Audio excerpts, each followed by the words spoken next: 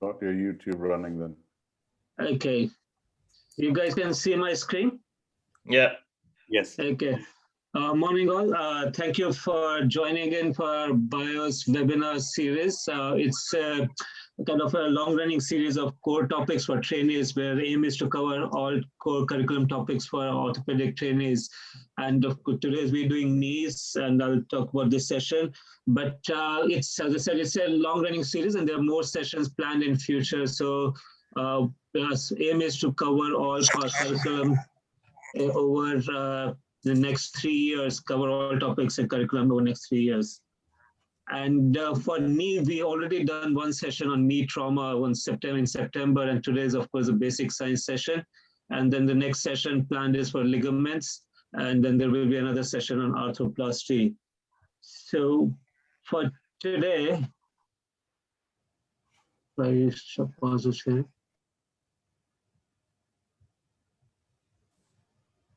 So, because today's plan, there might be a bit of there's a bit of change of plan.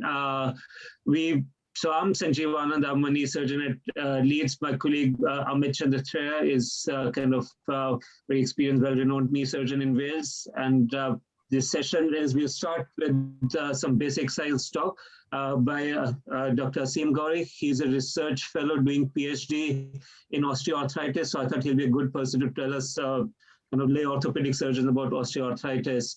And he's working, he's doing his PhD thesis on causes of pain in osteoarthritis using open scan, open MRIs.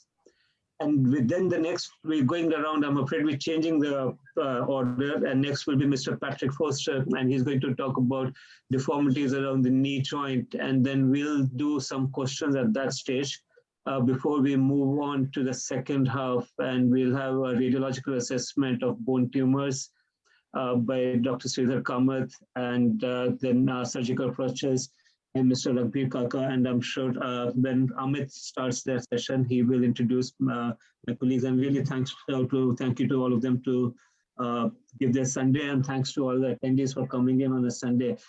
Just to let you know, these sessions will be available on BIOS YouTube channel. If anyone wants to revisit or want to share with your friends and colleagues, this is visible on BIOS YouTube channel, and you can see that later. So I'll start the first talk, which is a pre-recorded talk we have from Dr. Asim Gauri, and I let's hope it works. Okay. Can you, okay.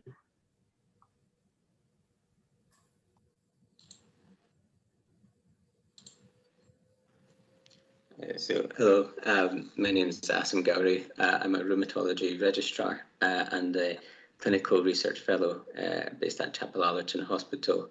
I'm currently doing a PhD in knee osteoarthritis. I'm here to talk to you about knee inflammatory and osteoarthritis. I'm going to run through a few cases and talk about the conditions associated with them. We start off with case 1. It's a 54-year-old lady with worsening bilateral knee pain, no history of trauma. The pain is worse in the morning with stiffness, and it takes over an hour to improve. She also complains of pain in her hands and some nodules in her hands and elbows. On examination, she has bilateral knee effusions, which are tender and have a reduced range of motion. You notice that she has a deforming arthropathy in her hands as well. The ligaments in her knees appear intact. And this is an example of rheumatoid arthritis. It's a symmetrical deforming polyarthritis, mostly affecting the small joints of the hand, but the knees can often be affected. It affects females more than males at a ratio of 3:1. Early morning stiffness is a common feature, and with inflammatory arthritis pain, it tends to improve with activity. The antibody we look most closely at is called anti-CCP. It's more specific than rheumatoid factor, which you might have heard of in the past. They have similar sensitivities. On the bloods, you might also find a raise in inflammatory markers, raised white cells, CRP, and sometimes platelets can be raised as well in inflammation. The hemoglobin might be low with a normal MCV. This is anemia of chronic disease. On X-ray, the features that you can see with rheumatoid arthritis are joint space narrowing, juxtaarticular osteoporosis, soft tissue swelling and bone erosions. On a knee X-ray with rheumatoid, you might see marked joint space narrowing, but the difference with osteoarthritis is that it can affect both compartments quite significantly, whereas in osteoarthritis it's often more one compartment. The treatments for rheumatoid arthritis, immunosuppression is the main control. Acutely, you can give steroid treatments either via oral route or intra-articular or intramuscular injections.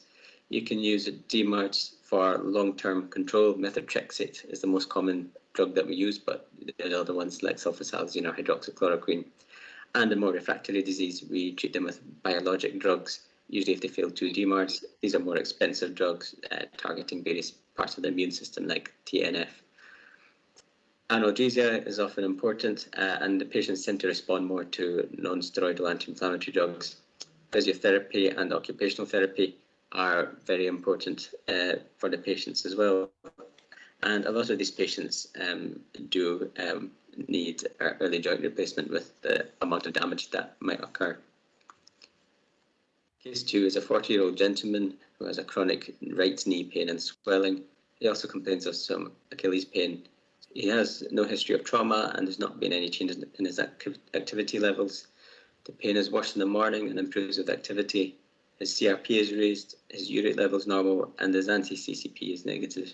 When you look at his knees, they look something like this, and this is a salmon-coloured silvery scale lesions on the knee, which looks a lot like psoriasis.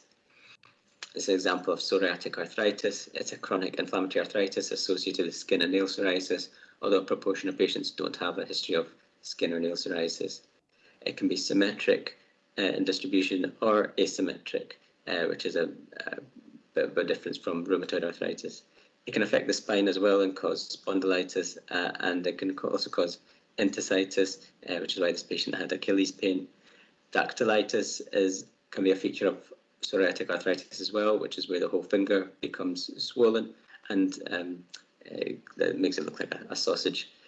No antibodies are positive in psoriatic arthritis, but the CRP might be raised. The treatment is similar to rheumatoid arthritis with analgesia, steroid, DMARDs, and biologics.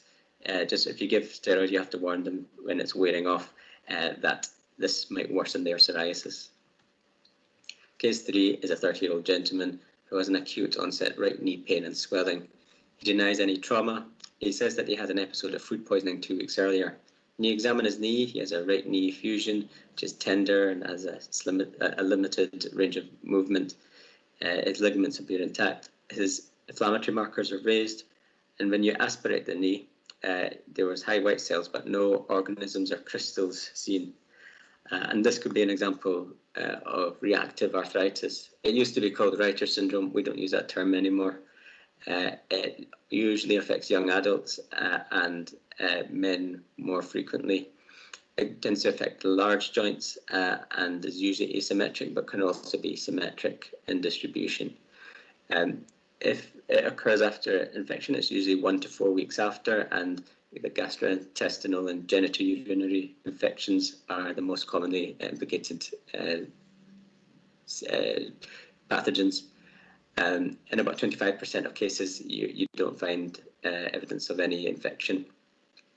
There can be some extra-articular manifestations as well, including anterior uveitis of the eye, which can cause pain and redness of the eye, and balanitis of the penis, where they can have discharge. Around 50% of cases are HLA-B27 positive. This is a gene that predisposes some patients to an inflammatory arthritis. And if there is any evidence of ongoing infection, you need to give antibiotics, which is especially important if there's evidence of an STI. Non-steroidal anti-inflammatory drugs are the first-line treatment, but if they don't respond to this, you can give intra-articular or oral steroid. Case 4, a 60-year-old gentleman with an acutely hot, red, painful, swollen knee. He has raised inflammatory markers and his knee is very tender to touch. He has a very limited range of motion as well. You aspirated the knee and it shows this, and these are negatively birefringent needle-shaped crystals. And this is a case of gout. It can mimic septic arthritis, including with the pyrexia and raised inflammatory markers.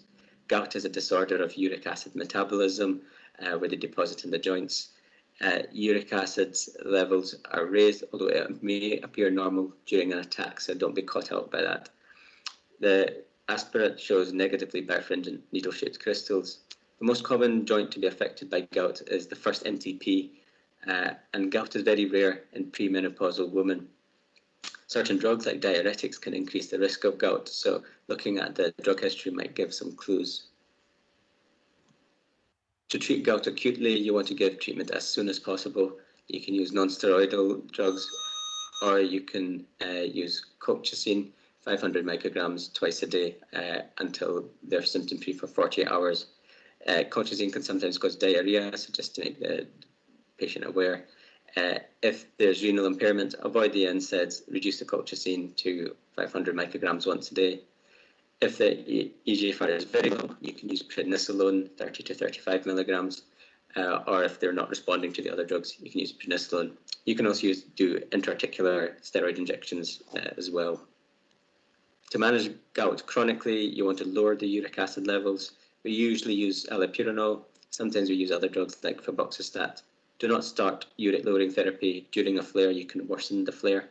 Wait a couple of weeks for the symptoms to resolve, and when you start uric-lowering therapy, you give it with colchicine once a day for around 3 months. This is because allopurinol increases the risk of gout, and you want to cover for that increased risk. You aim for a uric level less than 300, and you increase the allopurinol if the level is not hitting that. Certain dietary factors, foods rich in purines such as beer, shellfish and red meat can increase the risk, so we often advise patients to cut down on this. And it can take up to a year for gout attacks to completely subside after starting uric-lowering treatment. Case 5, you have an 80-year-old lady with a past medical history of high blood pressure, osteoarthritis, heart disease and hypothyroidism. She has an acute right knee pain and swelling. She had a fall 2 days ago. She has a raised white cell count and CRP in her blood. Her uric is normal. You do the X-ray and it looks a bit osteoarthritic, and you see some shadowing in the cartilage.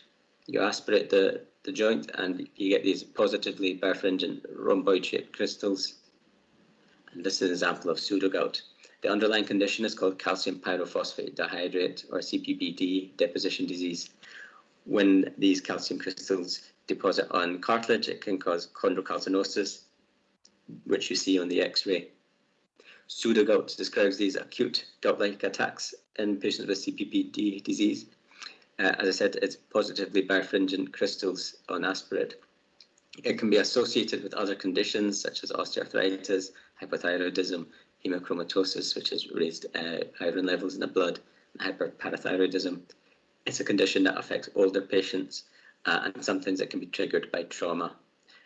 Treatment options are limited. There's no chronic treatments, only acute, and you might treat it with non-steroidal drugs, but be careful in older people with that.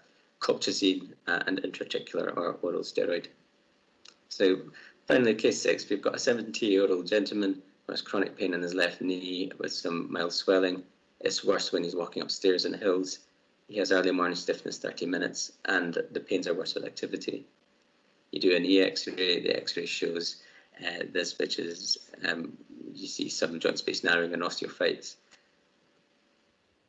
And this is an example of osteoarthritis. It's a chronic degenerative disease. Pain on walking up and down stairs is an early sign of the condition. Pain in osteoarthritis tends to be worse with activity as opposed to rheumatoid, which is better with activity. They can have some early morning stiffness, but it's usually less than an hour. And they can have some effusions as well. So just to be wary that it's just because someone has an infusion doesn't mean it's not osteoarthritis. The radiological features of osteoarthritis are osteophytes, subchondral sclerosis, bone cysts, and joint space narrowing. Management of osteoarthritis is limited. Oral, non-steroidal, anti-inflammatory drugs and COX-2 inhibitors are probably the most effective treatment, but the improvement is modest. You can also use paracetamol and opiates, which are less recommended. You can also use topical agents such as capsaicin or non-topical NSAIDs. That might be a first line. Intra-articular knee injections don't give much benefit. It doesn't tend to last very long. By 6 months, you won't find any benefit. There's not enough evidence for hyaluronic acid, chondroitin, or glucosamine, so we don't routinely recommend that to patients. The most important treatment probably is muscle strengthening of the quadriceps particularly, and weight loss. Needs to lose about 10 kilograms if they're overweight to get some symptomatic benefit. And we obviously in refractory disease, joint replacement becomes an option. Thank you.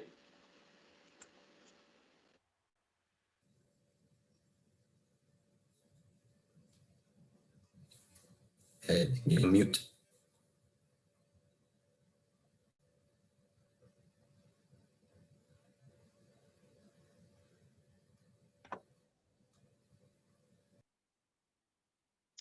Good morning, I'm Paddy Foster. I'm going to tell you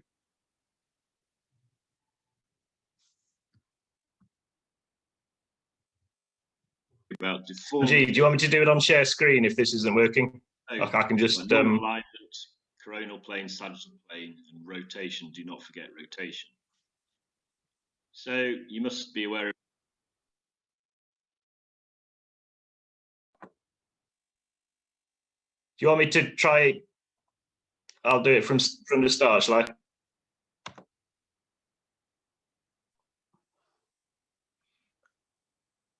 This, I'm going to talk about children and adults. So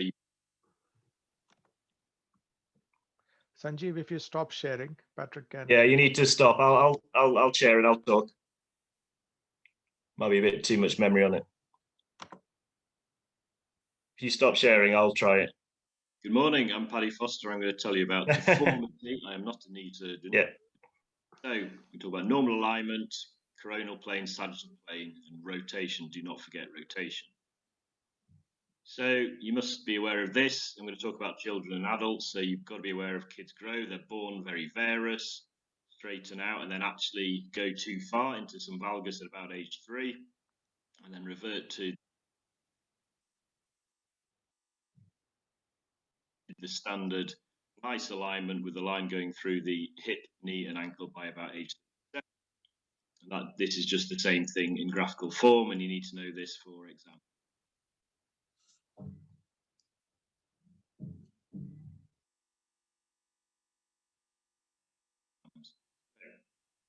If you stop it, I can start again. Okay. So, Can you see that? Yeah. Okay, so where are we?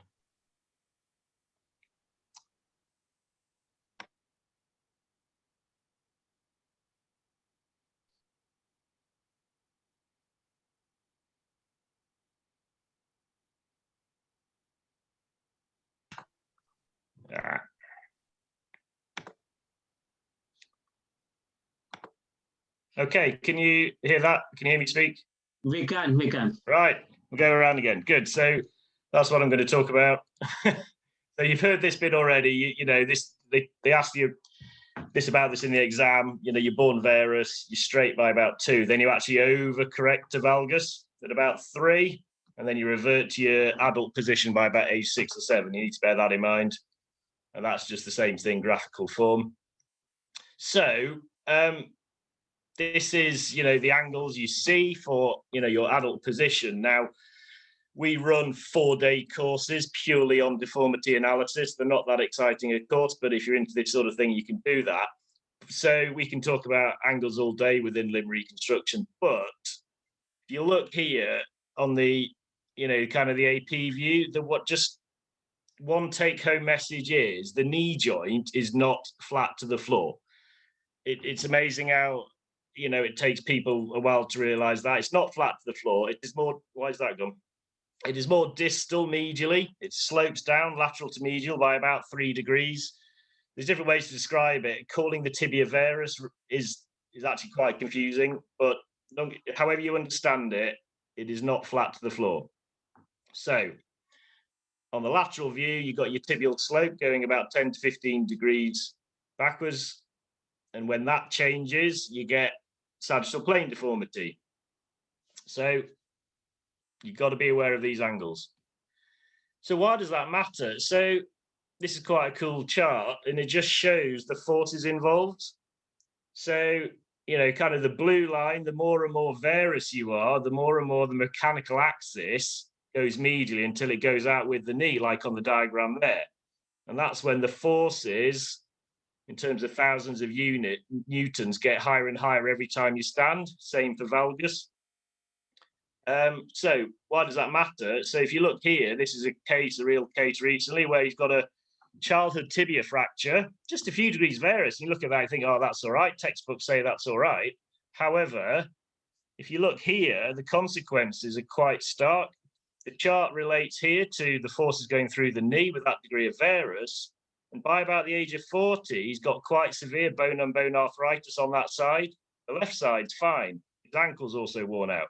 So just a bit of extra varus has caused all that problems in this guy. That's him clinically. I've straightened him out. He's a lot happier. So, yeah, the slides are kind of moving themselves. Varus. So you need to, this is an extreme example, but you know, you need to be aware of the causes, both in kids and adults. You've got congenital causes, obviously the achondroplasts, trauma, both in terms of fracture like that one, but also growth plate injury. And you need to know all the causes of growth plate injury. Rickets. It's not always varus. You can get valgus rickets. Blount will show you, an arthritis, obviously. You assess it with intercondylar distance, put the feet together, measure between. That's quite a nice clinical thing. The long leg alignment views are very important. You might do blood tests. How do you treat it? Well, for kids, if they're still growing, you can do guided growth with 8 plates. I'll show you that. Or obviously osteotomy. Valgus, a lot of the causes are exactly the same for valgus as they are for varus. You know, you've got dysplasias, you've got, again, trauma the other side, again, rickets, the different types, and again, that's a whole talk in itself. Obviously, arthritis. Clinically, you talk about the intermalleolar distance. That's quite nice, again, if there's a trend, the long leg views, and then the similar principles for correcting it.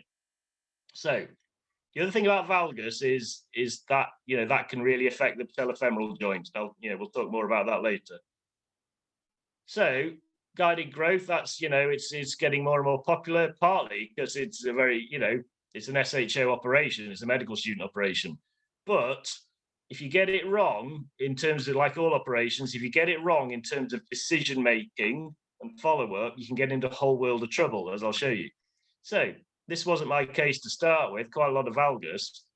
And you see these 2 whole plates, you know, either side of the physis, can't go wrong. But this shows you how powerful this is in a kid who's growing pretty quickly. So within 9 months, he's actually overcorrected because, you know, they kind of missed him in follow-up a bit. Then they proceeded to not take them out, miss it even more, and now he's quite a lot varus. So I saw him, and then 3 days later I did this. So I took the plates out immediately, put them in laterally. I did use fresh plates. And again, this is quite a nice example, this case. It shows you how it works both ways. So then you slow it down laterally, keep growing medially. At this time, I was watching it. And then you get the nice straight position. Then you take him to theatre and take the plates out. And then they should grow in a straight line, both sides. So you need to be aware of this. It's such a popular technique. However, it doesn't work if you don't grow. So achondroplasts and some of the skeletal dysplasias, the kids turn up 4 foot tall. This isn't going to work very well because they're not growing. But again, you can get away. So osteotomy, again, you know, this is a whole topic in itself. You absolutely must plan and do your deformity analysis properly. You can do a very nice operation on the day, but if you planned it wrong, you're going to get in a whole world of pain. If you miss the rotation and you've just done a cheeky HTO with one of those little plates and you've not assessed and treated the rotation, patient's going to not going to help. It's a bit of a myth. Sometimes you hear knee surgeons saying if you're valgus, you always need a distal femoral osteotomy. If you're varus, you always need a proximal tibial osteotomy. That's not true. There are cases where you need to do it the other way around. Generally, and I'll show you some cases, the femur does respond well to acute correction and internal fixation. And there's different ways to do that. In the femur, in the thigh, you've got a big bone, it heals well. You've got a lot of muscle cover, good skin generally. You don't worry so much about stretching the nerves. So, that femur, that is your, plan A, although you can use frames. Tibia, there's a lot more risk. So you can use internal fixation, acute correction, but, the skin's not as good. You're more risk of stretching the nerves. Often the deformity is a lot more complicated than you think in terms of rotation. You can only do, 10 degrees, stretch it a bit more if you're risking it. So consider, I'm not saying you always need to, consider gradual correction external fixation in the tibia. So, this is a real nice, straightforward case. It was a teenager, but I've done exactly the same operation in older adults. This is, your absolute bog standard valgus to varus correction with a nice blade plate, nothing fancy, just a steel blade plate you can get all around the world. If you plan it properly, do your correction properly, you get a good result. You can use whatever plates you like. It's not the plate that matters. It's the deformity correction, the stability. If the bone was bad, I've gone for a locking plate in this kid. She had a syndrome. It's the same operation, just a different plate. This is something a bit different. This is pretty cool. I like this technique for big patients with big thighs. It's basically a percutaneous technique. You do an X-fix, do your osteotomy, percutaneous osteotomy, and then you do a 2 centimeter incision and do a retrograde nail. And if you plan it properly, you get a nice result and you can weight bear pretty quick. She had both sides done. It's obviously healed a lot more since then, and she's pretty happy. All 3 quite small incisions. That's quite a nice technique. Sorry, it keeps flicking itself. This, don't worry. This is a rickets case. Don't worry too much about the frames, but it shows you can use distal femur with a plate to go varus to valgus, and it's pretty much the same operation. So Blounce, you need to know about this. They like asking this in the exam. They're not always massive kids. They often are. If it's very mild varus, you can use an 8 plate. That'll correct the varus, or at least stop it getting worse, but it won't treat the rotation. They generally have internal rotation as well as varus. Occasionally, see this one, the medial side's a bit depressed, but I didn't do an intra-articular osteotomy. Sometimes you need to think about it. That causes a whole world of complexity. So with her, clearly that's far too much to do internally, plus with the rotation. So this is standard. I do chronic mode, and again, that's a whole talk in itself, where the rings match the deformity, 40 degrees. Gradually bring around, got some extra length in there, heal nicely. And then also, if you look clinically at the foot, so she's internal there, and then she's corrected to external to a nice foot progression angle. That's the end result. And then, I don't know why it's changed so much. So then you watch them grow, because, you might get recurrence. And then that's her. I just saw her recently. She's doing great. So now that the axis has been corrected, it gives the physis a chance to grow normally. So sagittal plane, you need to know. So I don't know if that's hidden. It is on mine. The slope's reversed. So instead of a posterior slope, it's an anterior slope of a few degrees. So if you've got 10 degrees that way, it's going to give you 20 degrees out in total, which corresponds to the hyperextension clinically. So, patients really hate hyperextension. It makes it very difficult to stand, very difficult to walk. They stretch everything at the back. It's fixed flexion is bad as well, but hyperextension is really, really uncomfortable. So that's you do your planning related to clinically as well as the slope. And clearly they can have distal femur deformity. This is quite a cool case because this kid's got both. He's like a young adult by then. So you can see, and you can get these lateral long leg films and compare the size. So the distal femur, he had a cyst as a kid. He's got an obvious apex anterior bow of the femur. His tibia goes the other way. His slope's reversed the other way. And he's also a bit short. So we went through the options and he was up for having everything corrected. So this is a nice case because it shows that, again, you've done, frame and gradual correction in the tibia. in the other plane, and then this happened. So you do an acute correction with a nail. Yeah, you could have done plate, but nail's pretty cool because again, it's all percutaneous. You can see the slope gets corrected on the tibia and the axis is well aligned. And the good thing about the frame is you can adjust it a few degrees either way to get it exactly where you want it. And that's him. I saw him the other day. And again, the picture on the right is what's most important. You know, when he stands, he's perfectly straight in both coronal sagittal planes. So rotation. So this, you know, I treat a lot of this. And it's so important because it does get missed, you know, in both kids and adults, you know, particularly with patellofemoral joint problems, kneecap dislocations, the rotation's just not being looked at. Often the valgus is missed as well. So you need to be able to examine this in terms of stance, gait, get them prone, look at the femur, the tibia, and the foot. You know, you must do this in the exam and in real life. So the consequences, you know, are quite stark. So, you know, when they're really bad, it's clearly a cosmetic thing. It looks really weird.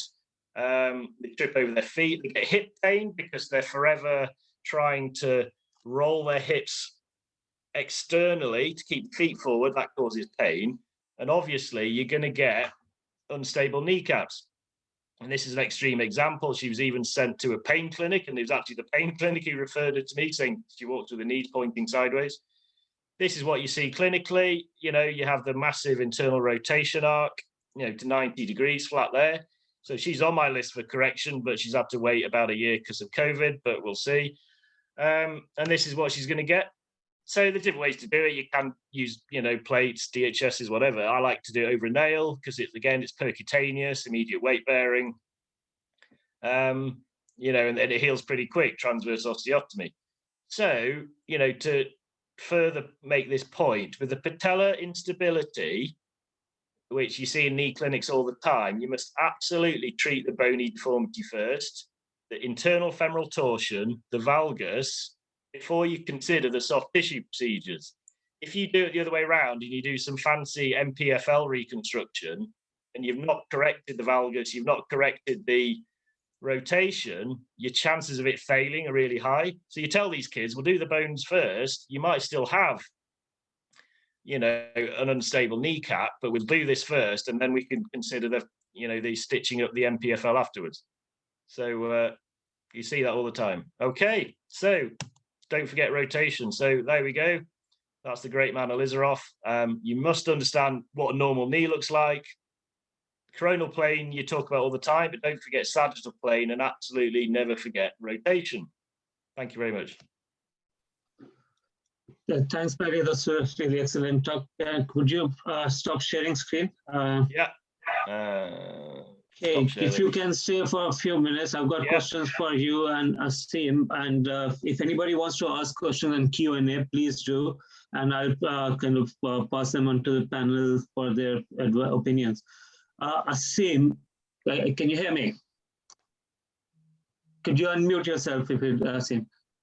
So, I mean, as an orthopedic surgeon, my kind of both in acute and kind of elective settings. So in acute settings, my difficulty often is patient comes with painful swollen knee, inflammatory markers are up, we sense aspirate, culture is negative, it doesn't show gram stain, which we know even in a septic arthritis, often we don't depend on this gram staining and culture to be negative. How do I kind of ensure like this is how can I differentiate it's not reactive arthritis, it's septic arthritis, or how do I kind of say, oh, this is just septic reactive arthritis, I don't need to take patient to theater to wash the knee? I think if you have any clinical suspicion it's inflammatory arthritis, I would always go down that route first, because if it was infective and we immunosuppressed, then the consequences would be much worse. So I think if there is no obvious other evidence that this could be an inflammatory arthritis, I would be inclined to treat it more as a septic one first, and then if it's not responding, then we can look at the other options. Yeah, I think that's what most of us end up doing, though I suspect we end up washing out more than we may require to do. I don't know, anybody else, panelists want to comment on that? I'm with Asim actually. I think washing out is not a massive thing to do, but also you will then cover your bases for the ones that are infected. And I happen to be married to a rheumatologist, and I know that your inflammatory markers can be up with even inflammatory disorders. But I think just releasing that burden of disease within the knee joint can be very therapeutic. But also we just don't miss those infected knees, which have devastating consequences, as you know, Sanjeev. So I'm with Asim, have a low threshold to wash out. And if it is infected, I wash out twice. I take him to theatre once and then clear do synovectomy, clear the fluid out.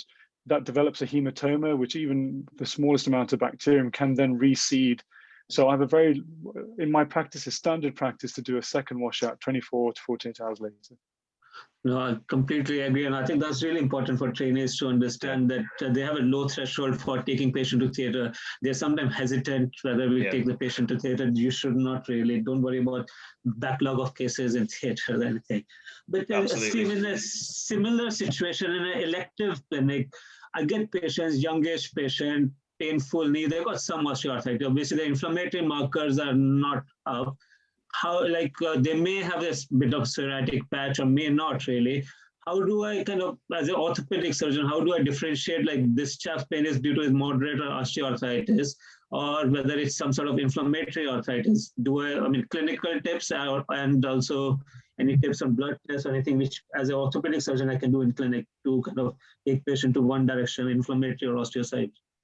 There's some routine blood tests you can do. You can check UVA level, and you can check an anti-CCP and rheumatoid factor as well.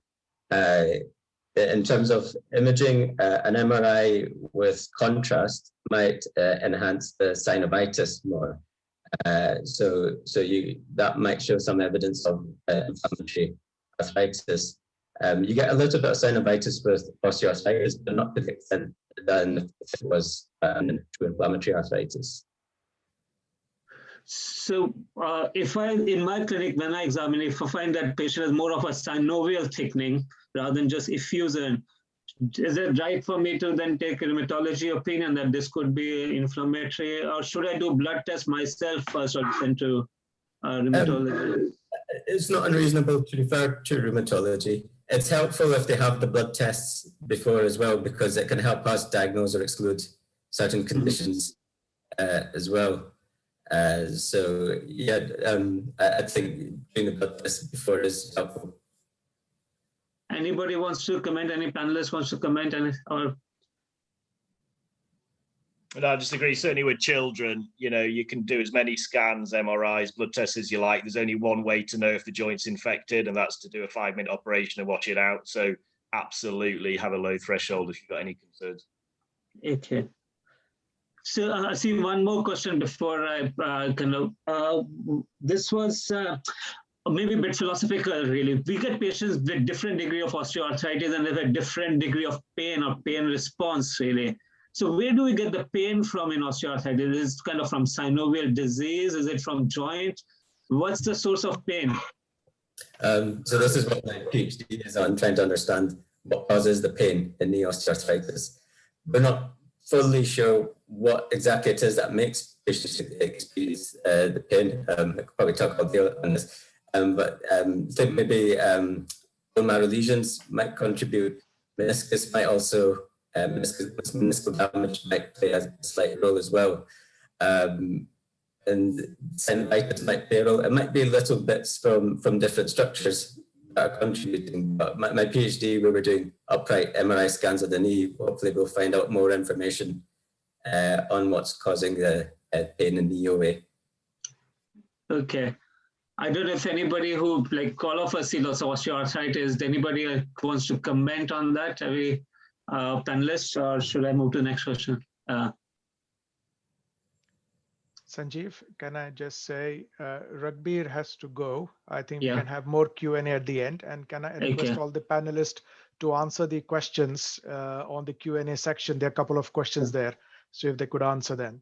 I might just give a couple of ask questions to Patrick first, and then we'll move on to Ragbir. Is that okay? Ragbir, you'll be next. Is that okay? I'm so sorry about that. No problem at all. Patty, just a couple of things really. You mentioned about derotation osteotomy, and I think that's really the important tool for patellar instability. Is there a threshold for kind of internal rotation or the increased antiversion before you would suggest, because it's a big surgery and we do see a variation of internal rotation abnormalities in patellar instability. What's your threshold? When would you want that surgery to be done first before we say a soft tissue surgeon go in? Yeah, it's difficult, isn't it? So you got a combination of how bad the deformity is and how bad the symptoms are, and it's a combination of the two.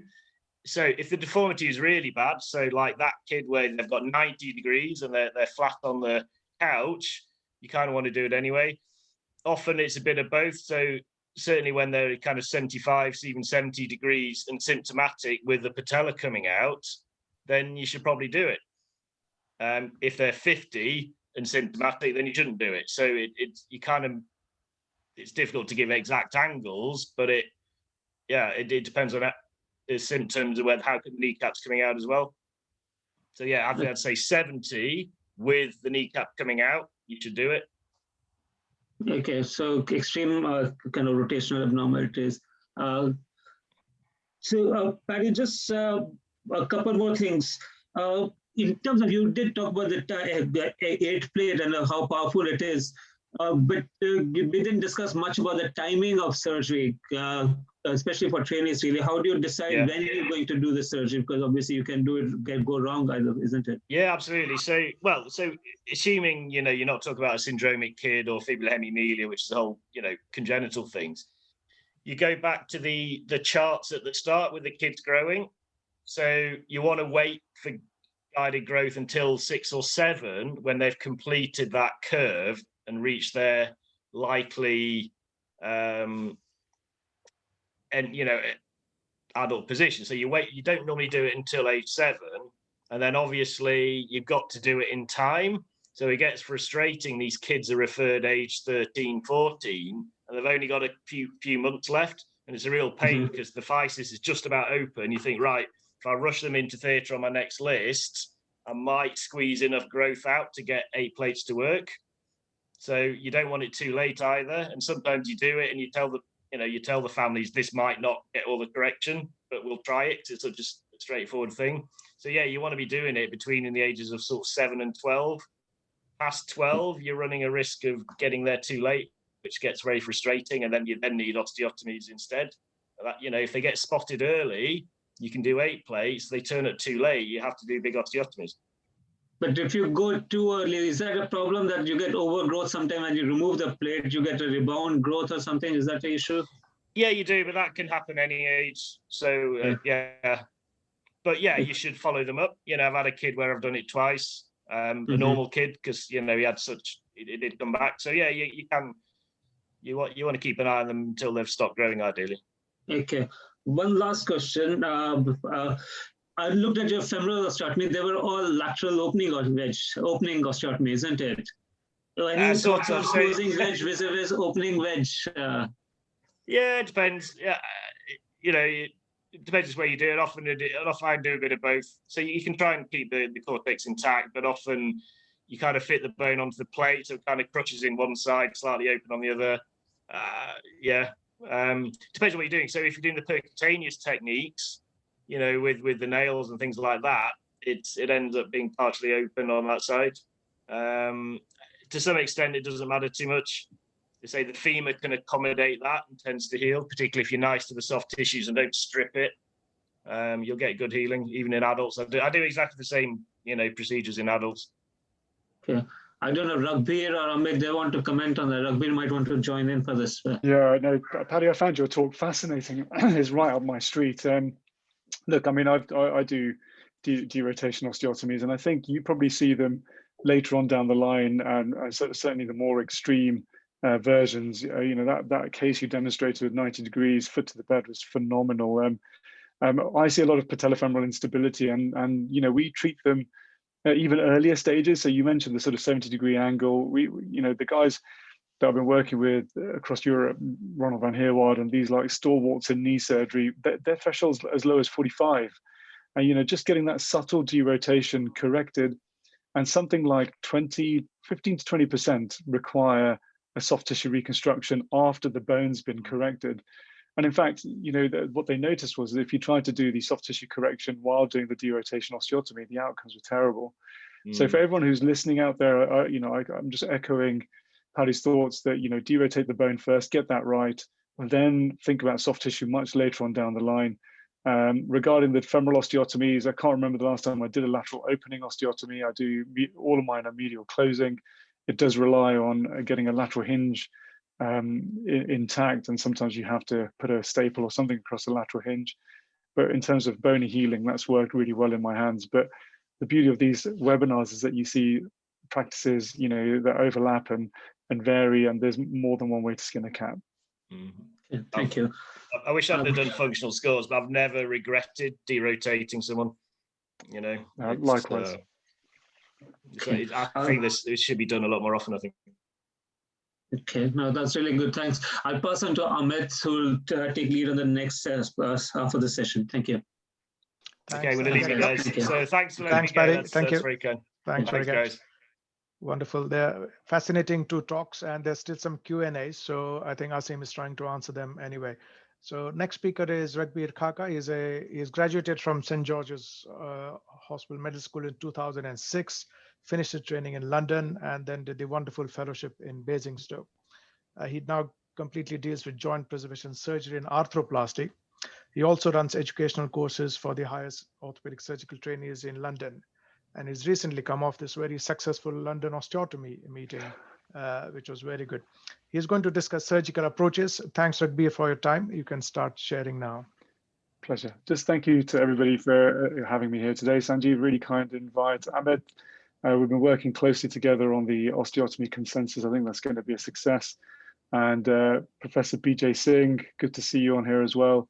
You've been a mentor on the rotation. So once again, thank you for the invitation. My name is Ragbir. I'm a knee and trauma surgeon based at Guy's and St. Thomas's, part of the orthopedic specialist group as well. And I'm going to be talking to you today about surgical exposures to the knee.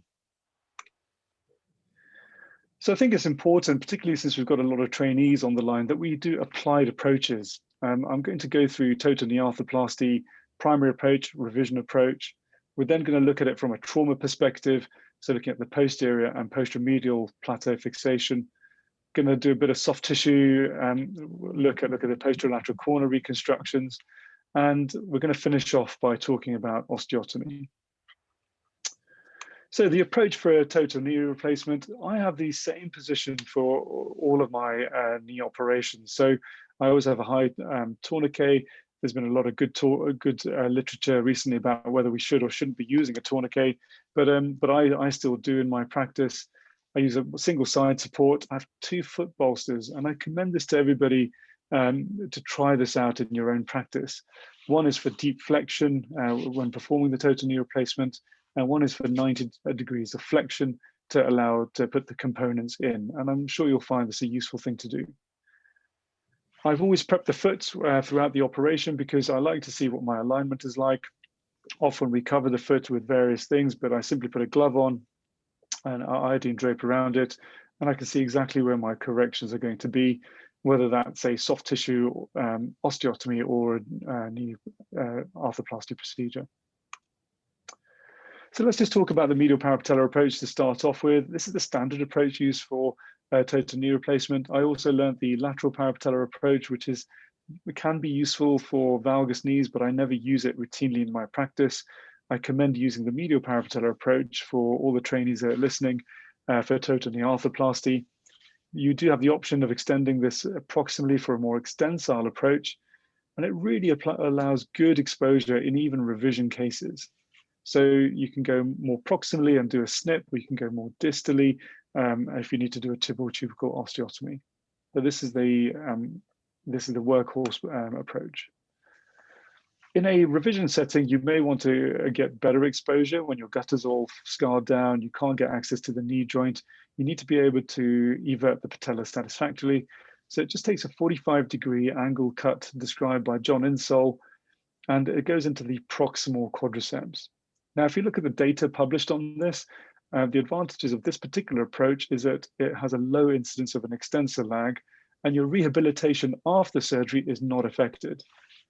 So this is the kind of exposure that you may get. You go around the, this is the left knee, and so you do a medial parapatellar approach, and as you get to the top of the quadriceps tendon, you do a 45-degree cut, and this is then closed using interrupted sutures, but it does give you good exposure. Now, the VY turndown is something I've only ever done once when I was training, and I've seen it a couple of times being done. It's quite an extensile approach. It does really take away the blood supply to the patella, so that this is not a straightforward thing to do. It certainly has a significant burden on the patella from a physiological perspective. And it was described also by Insole and Scott and Siliski. And it's same as doing a medial parapatellar approach, except when you're doing your lateral limb, you're going all the way down to the lateral retinaculum, going through the lateral part of the quadriceps. So it is an extensile approach. It does give you really good exposure. You can adjust the height of the extensor mechanism, which I'll just show you on the next slide, and it preserves the tuberosity. The extensor mechanism may be lengthened at 30 degrees using the VY limbs, but you do need to protect your quadriceps, much like doing a quadriceps repair, for 6 to 8 weeks after surgery. So there can be an extensor lag as a result. This is what it looks like pictorially. You can see both limbs here, giving you a good approach. And I just wanted to show you this, how you can extend you can change the length of the extensor mechanism. So you've done your VY, you've made an incision, you've closed up more proximally, and you've distalized to get a change in your patellar height. I use this a lot more frequently now for my access tibial tubercle osteotomy. I think I've got a better technique and understanding of how we do this. You require a 6 to 10 centimeter bone fragment. You can see on this picture here, the periosteal hinge remains intact. You can pre-drill your drill holes. It gives you fantastic exposure, avoids the extensor lag, and you can, by removing the entire tubercle and adjusting the height, depending on whether you have a Baha or an Alta, adjust the height accordingly. Now, this is an interesting case I was involved with. It's a young lady who, in her teenage years, was diagnosed with Ehlers-Danlos and had patellar instability. She initially had a patellectomy, and then she went on to have a knee fusion. And you can see this is fused nicely. However, she hated it. She presented to us in her 40s, debilitating, really psychologically affecting her. So we took her to theatre, and we took down the fusion.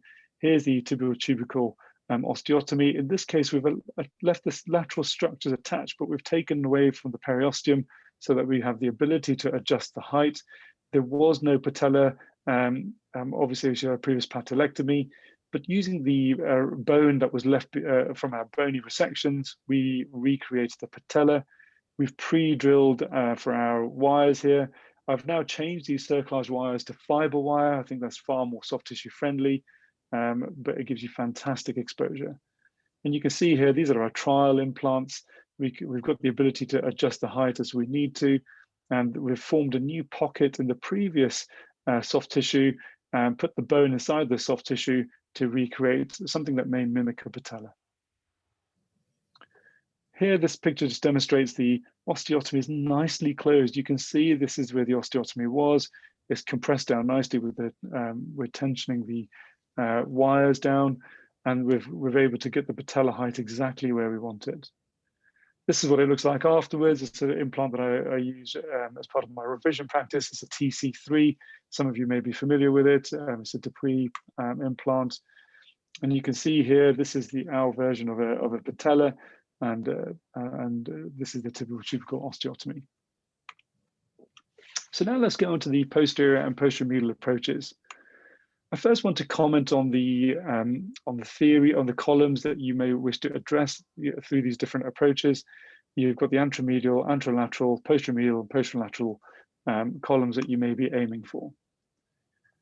Now, in terms of positioning, it's really important when you're starting out that don't compromise. I've done posteromedial approaches in the sloppy lateral approach. and I don't recommend it. It's very difficult to operate in that position. Have a good working relationship with your anaesthetist, explain to them how important it is to have them prone. Put the tourniquet on before you put them prone, that's just a top tip. And if you're doing a posteromedial approach, apply a sandbag underneath the contralateral iliac crest so that you can get a better exposure on the posteromedial aspect of the knee. So look, this book is something that I've lived with, Hoppenfeld, and anybody who's going through anatomy, this is the book that you should use.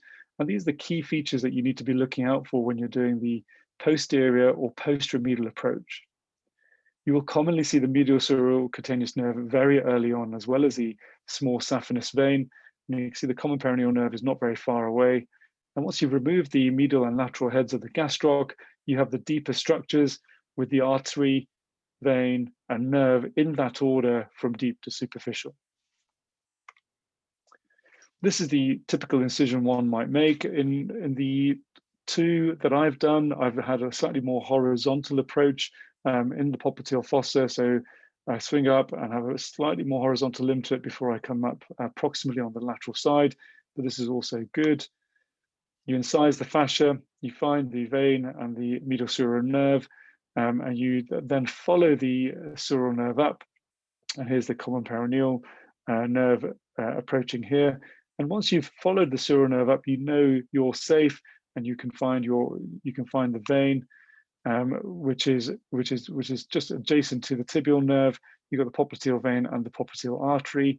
In this dissection, they've gone through the medial and lateral heads of the gastroc, and here is the posterior capsule with the lateral inferior genicular artery overlying the lateral side.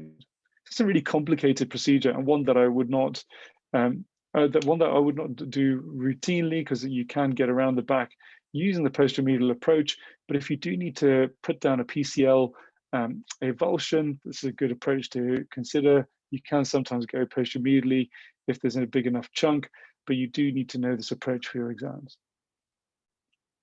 Posteromedial approach. Thank you, Sanjeev, for this slide demonstrating the approach at the superficial landmarks. And this is exactly what the same approach that I would use. You can see here the medial head of the gastroc visible, and just simply moving that laterally, you're already on the back of the tibia. When I do this approach, I do detach the hamstrings to get around the back and get a better visualization, but I always repair them. And there's studies to suggest that you do not lose the hamstring power in doing that. And for those of you starting out, I do commend that you get the best possible visualization so that you can repair properly, reconstruct the medial plateau properly. So this is just something that we fixed recently. You can see this is the posterior plate. It's right round the back, and this was using a posteromedial approach. There's a Schatzker 5 going all the way across. I'm able to reduce that big fragment on quite nicely, but the posteromedial approach does allow you to get quite a way around the back. Anterolateral approach, I use a lazy S incision centered around the Gerdy's tubercle. And here you can see this is the star on the Gerdy's tubercle here. I do leave a cuff of tissue when I'm entering the anterolateral compartment, and I allow myself an arthrotomy to get underneath the lateral meniscus. It gives you good access. We were talking about derotation osteotomies. This is just one using that same approach.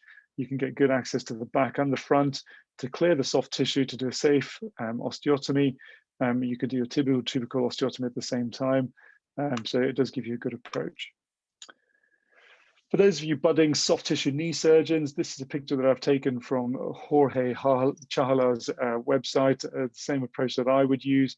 If you're just doing a posterolateral corner reconstruction, you can do it through 2 mini incisions also. But I borrowed this because you can nicely see the iliotibial band going to the Gerdy's tubercle. Here's the lateral collateral ligament. This is the biceps femoris. And underneath it, you will see the path of the common peroneal nerve. So it's really important that you identify that underneath the biceps. This is the same author demonstrating the lateral collateral ligament and its relation to the popliteus tendon. So the dissection to this is a very nice approach. So please be familiar with this for your exams. This is one of my cases. This is a knee dislocation, and you can just see here when we close up, here's the lateral epicondyle, it's the lateral collateral ligament, here's the iliotibial band coming across, biceps just inserting at the back here. We've opened up the knee joint because there's the only way we could retrieve the lateral epicondyle. And in this case, we fixed this back on and we did a posterolateral corner reconstruction at the same time because we know the outcomes are better than just doing fixation alone. I'm coming towards the end of my talk now. This is the posteromedial approach. You can just see just a small incision over the vastus medialis. It's a fantastic approach, and the adductor canal is very high up. So in the trauma setting, this can be very useful, but I use this for my distal femoral osteotomies. Just by incising the fascia at the posterior aspect of the femur, you can really get access to the back and protect the neurovascular bundle. We've changed our approach to the tibial osteotomy. This is what it used to look like once upon a time. These are pictures that my fellowship boss lent to me. This is how he first learned. And this is a technique that, as I say, with Adrian Wilson, who I work with, he developed this initial technique through a 2-incision approach. We now commonly do the tibial osteotomy through a small incision. I must warn you, the incision, it's not about incision size, it's about getting the osteotomy correct and the alignment correct. And we are just simply doing lots of these so we get familiar with the anatomy. But the workhorse is this middle one, and please go to YouTube, have a look at the videos, and you can see both approaches. But we've gone away from doing this now. This is just an example of using the medial DFO. This is DFO combined with the slope changing osteotomy, but this is the medial approach, and you can see with the clips that we can just do a small incision to do the main osteotomy and just a stab incision to do the proximal drill holes. But this was a combined slope changing osteotomy and a DFO. I put this in just to complement Paddy's slides. You can do acute internal corrections for both tibial and femoral torsion with patellar instability. Please have a look at our approach in the arthroscopy journal for neurovascular protection for tibial osteotomy. Traditionally, we put this retractor in front of the MCL. We now create a window behind the MCL to protect the neurovascular structures. And you can just simply put a small Homans to protect the MCL, and it stops you pointing the saw towards a neurovascular bundle. We've published this and presented it in arthroscopy. Brilliant. So just to summarize, there are multiple approaches to the knee. I hadn't even touched upon the approaches for arthroscopic approaches, but that's a whole talk in itself. Where you can, please get access to cadaveric dissection to practice. It's really valuable. Go and see high volume centers prior to attempting if you can, and write everything down in theatre before you do the procedure. Just make a surgical plan. I do this routinely so that I know what's going on. My fellow registrar and the scrub nurse know exactly what we're going to be doing, and it really helps. Do keep in touch. I'm on Twitter and LinkedIn. And yeah, feel free to post me any questions. Thank you. Thank you, Ragbir. That was an excellent talk. Have you got time for a couple of questions? Or Sure. Yeah, I do the same thing as you do. Write down the surgical plan before you start, and it's good for the surgical team to understand what's happening. What's your message to the trainees if they see a lateral approach? How do they remember it in the future? I know there's all YouTube, but what's your personal take-home message for that? For the lateral approach to the femur? Any unusual approaches that they see? Yeah, so any unusual approaches. So look, from my learning, what I did was I had a little black book, and when I watched it being done for the first time, I wrote it down. I then in my mind, so played it again in the evening, read about it. And it's so important because that rehearsal of seeing it and visualizing it, I believe it or not, I did a little bit of psychology as part of medical school. And it's like any elite athlete, the way that they do well in anything that they do is to rehearse it. So if you're going to be always find out what you're doing the next day, know what your boss is going to be doing, find out what's going on in theatre, read about it, write it down, and be ready on the day. There's nothing quite like revising it beforehand, seeing it or doing it, and then replaying it again in your head. So for any budding knee surgeon, that's what I would recommend. Excellent. Any questions, Sanjeev, you've had? Because there's not many in the Q&A. We could move on to Sridhar's talk. You're on mute, Sanjeev. Sorry, it was quite comprehensive, Ragbir. I can't see any questions from attendees as well, but I think you covered every kind of 360 degrees of the knee joint, so thank you for that.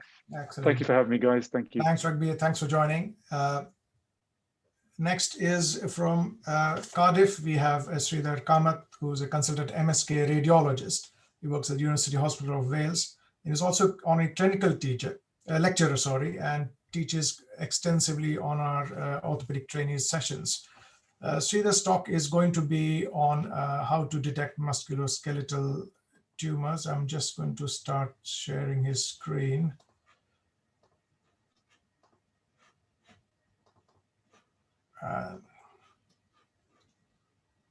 Like that.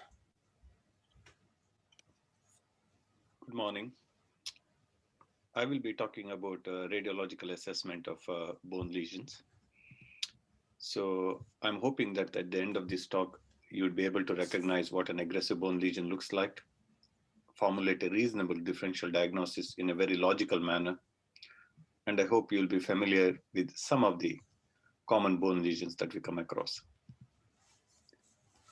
So you got to remember that if a lesion in the bone is incidentally detected, it's almost always non-malignant. But if the lesion is cause of the pain, then it's likely to be aggressive. But your clinical suspicion for suspecting a lesion to be the cause of patient's pain will be very low in practice. So if you're allowed only one investigation for suspected bone lesions of all the modalities at your disposal, what would you choose? I would like you to take 5 seconds and then think about this. Would you choose ultrasound, plain film, CT scan, MRI scan, PET scan, or any other nuclear medicine scan, for example? The answer has to be plain film. I'm sure a lot of you would be thinking MRI scan or PET scan, but without a plain film, you cannot make sense of a number of bone lesions. So how do you go about it? This is probably one of the most important slides in the whole presentation, so I would like you to make a note of this. You got to find out the answers for these 5 questions. What is the age of the patient? Where is the lesion? As in, where is it in the body? Is it in the axial skeleton, such as scapulae, ribs, spine, pelvis, or is it in the appendicular skeleton? And then you got to decide, where is it in the bone? Is it in the diaphysis, metaphysis, or epiphysis?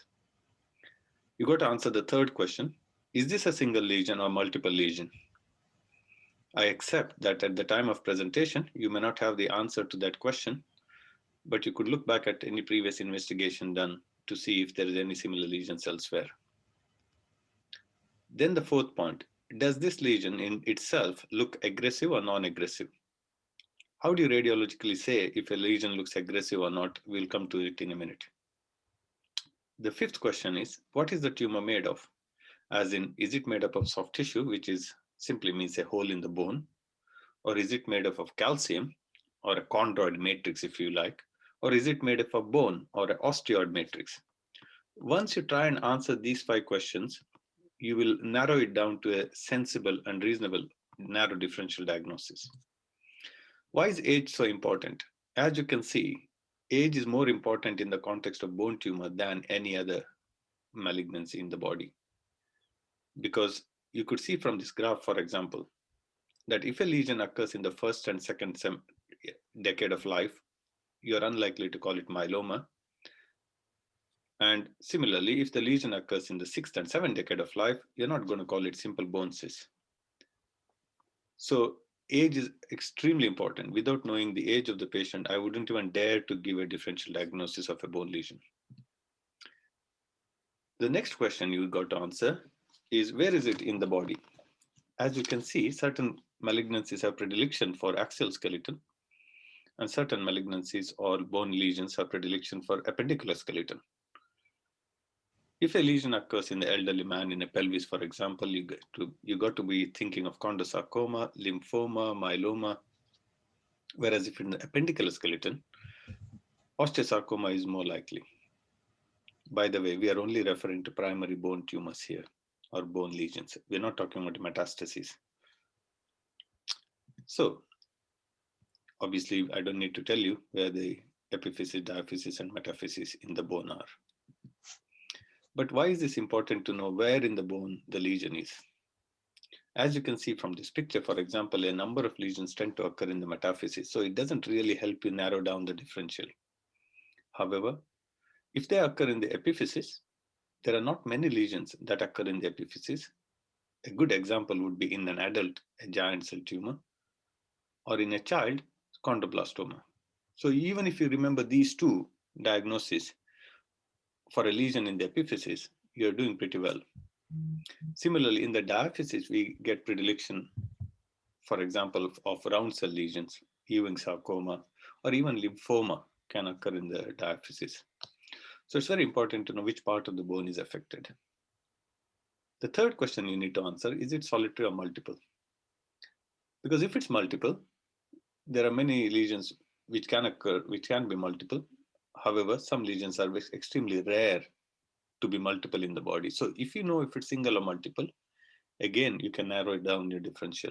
I've just shown here a list of lesions.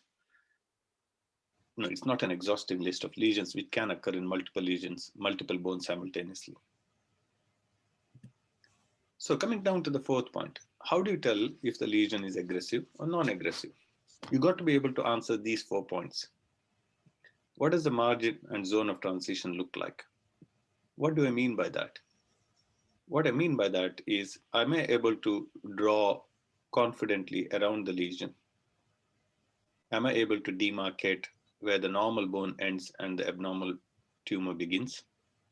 If the answer is yes, that means you have a very narrow zone of transition between abnormal to normal bone.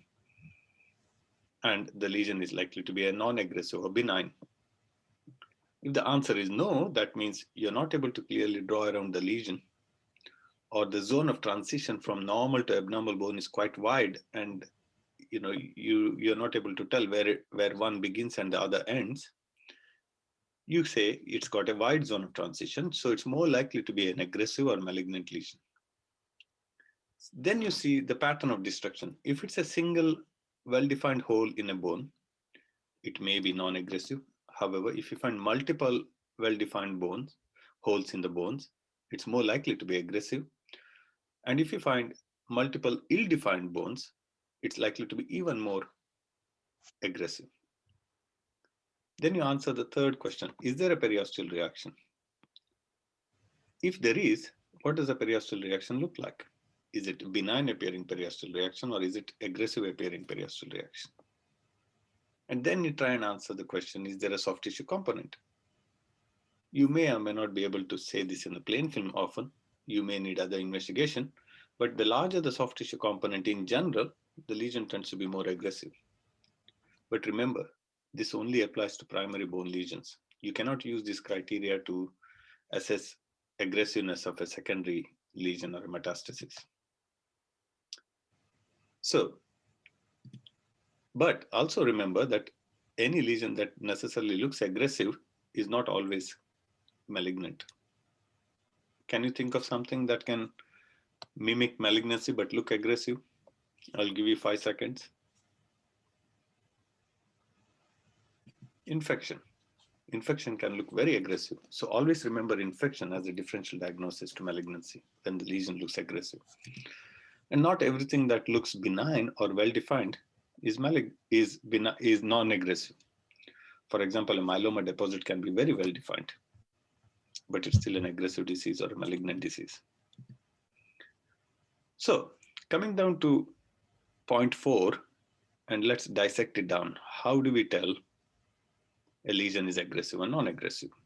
So point 4a is assessing the radiographic margin or zone of transition, as I mentioned. Now, as you can see in this example, on the left side of the screen, the lesion is very well defined. You can confidently draw around it, and it even has a sclerotic, heavy, high density margin around it, which means the lesion has been there for a long time. The body had chance to react to it and seal it off, if you like. So that's a very benign lesion. The picture in the middle, it's got a narrow zone of transition. You can draw around it, but it does not have sclerotic margin. So it's still on the benign end of the spectrum, but not as benign as the other lesion. Whereas the picture on the right side, you can see that the lesion has a very ill-defined margin, wide zone of transition, and not confidently able to draw with a pencil around it. So that's a very sign of an aggressive lesion. So just to give some examples as to what lesions can look like, each of these. Here's an example of a very benign looking lesion. You can see that the lesion is very well defined. You can confidently draw around it. And also it has a sclerotic margin. So this is a case of, take a few seconds to think about it, fibrous dysplasia, localized fibrous dysplasia. And another example here, the lesion in the fibula head has a narrow zone of transition, very well defined, but does not have a sclerotic margin. So this is also benign appearing lesion, but not as benign as the other lesion. So this one, take 5 seconds to think about it, what you think it is. This was an aneurysmal bone cyst. And then coming down to the lesions with a wide zone of transition, you could see in the differential that they're all malignant, with some exceptions. Here's an example.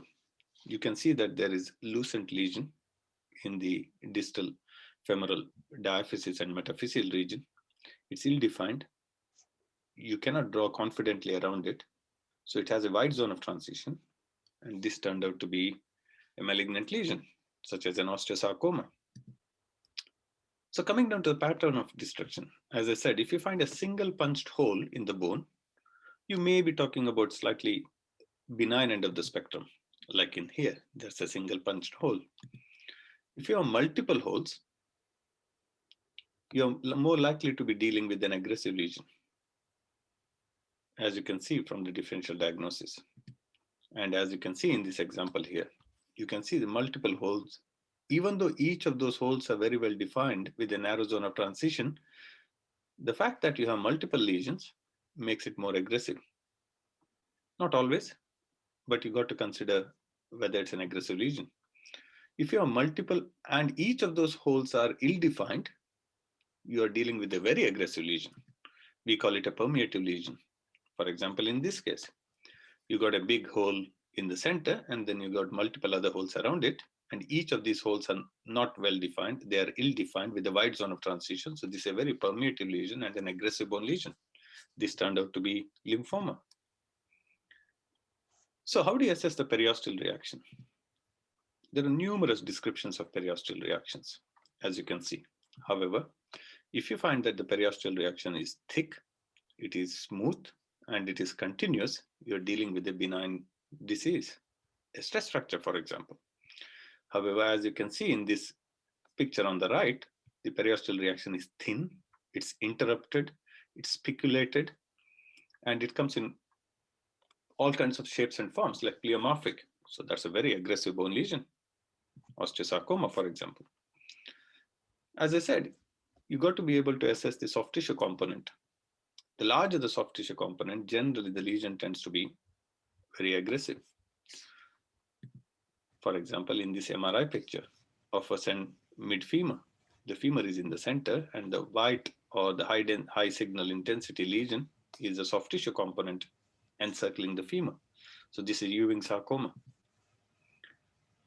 So if you think of the original slide, which I told you about, the point number 5 is, what is the tumor matrix made of?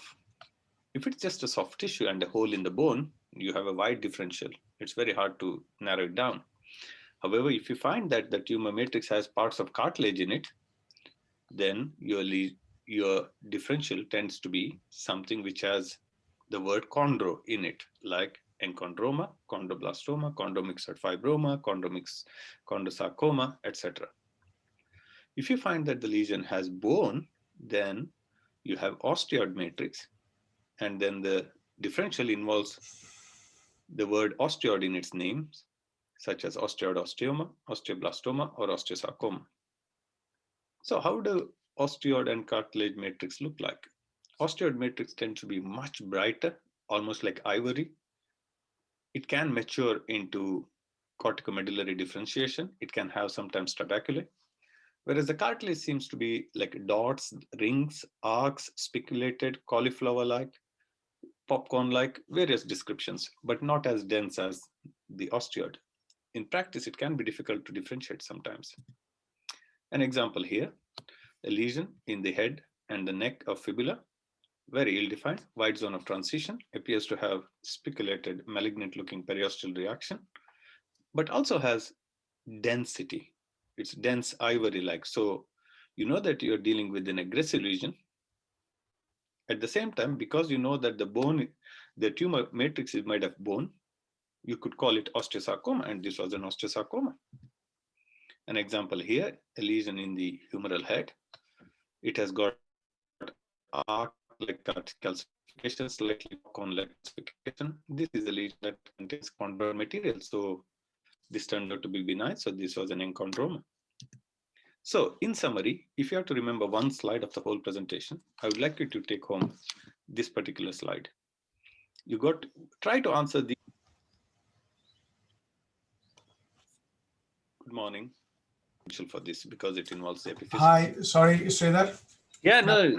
Yeah. So it was excellent. What an excellent talk on bone tumors and everything. Could you just summarize because the last slide got cut off? Yes. Sorry.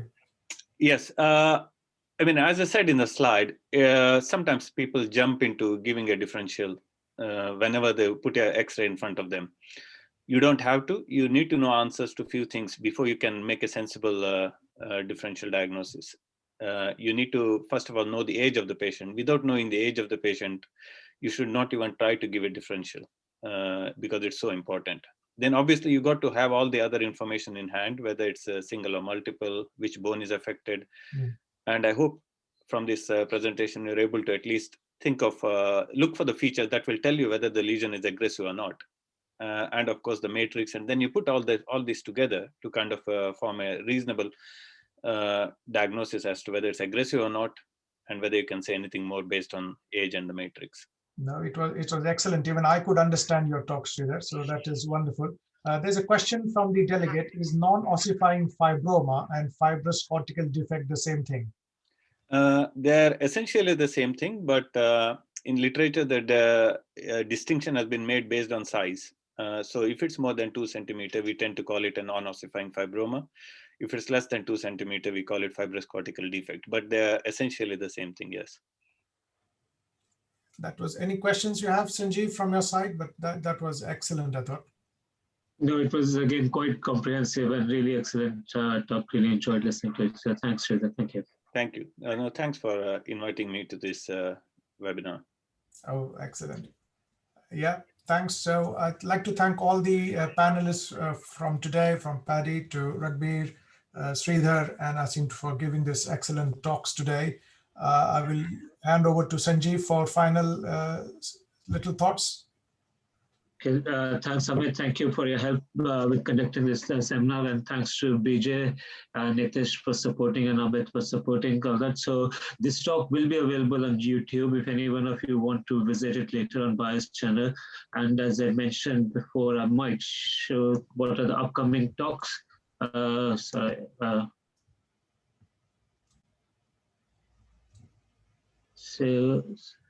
So these are the upcoming talks. The next talk will be on 13th of June. I don't know if you can see my screen. No, I don't think so. You can see my screen.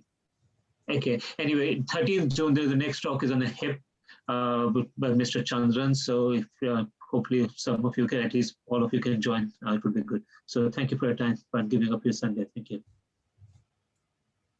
Okay. We'll close the seminar.